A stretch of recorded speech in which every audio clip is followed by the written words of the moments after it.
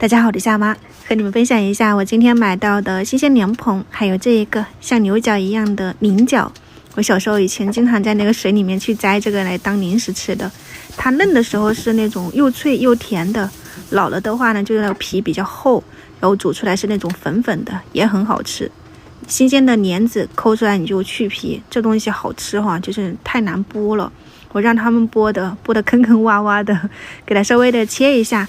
搭配一点青红辣椒，这个炒的话呢就清炒就可以了。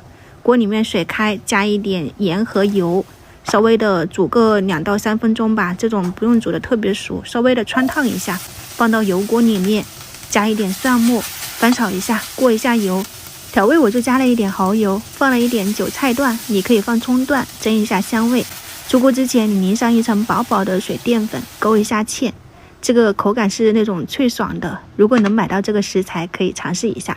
像湖南天天大太阳哈，又热，就适合晒白辣椒了。白辣椒的做法我之前也分享过，青辣椒洗干净以后放到开水锅里面烫一下，就是窝一下，它汤边涩了你就赶紧拿出来放到太阳底下去晒，晒的时候翻面啊，就是这种白辣椒了。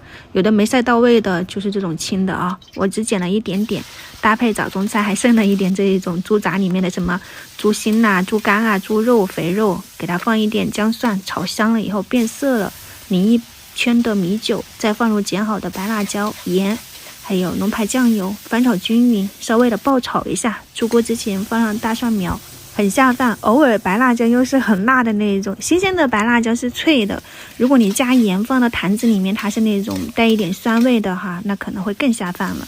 还有一点南瓜，我就放了一点这种红枣、大蒜、盐，用清水煮了一煮哈，你可以煮得更趴一点，我喜欢吃稍微的硬一点点的口感。